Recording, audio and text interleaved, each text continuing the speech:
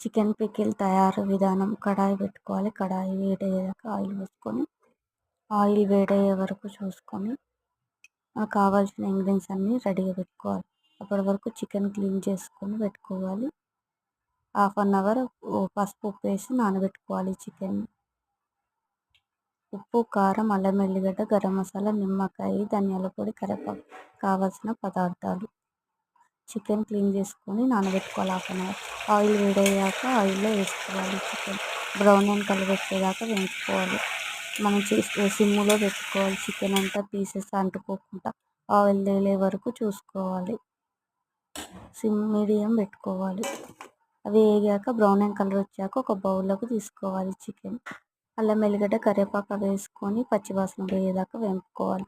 ఉప్పు, కారం, ధనియాల పొడి అన్నీ వేయించుకొని ఆయిల్ తేలిన తర్వాత చికెన్ వేసుకొని చికెన్ మొత్తం ఆయిల్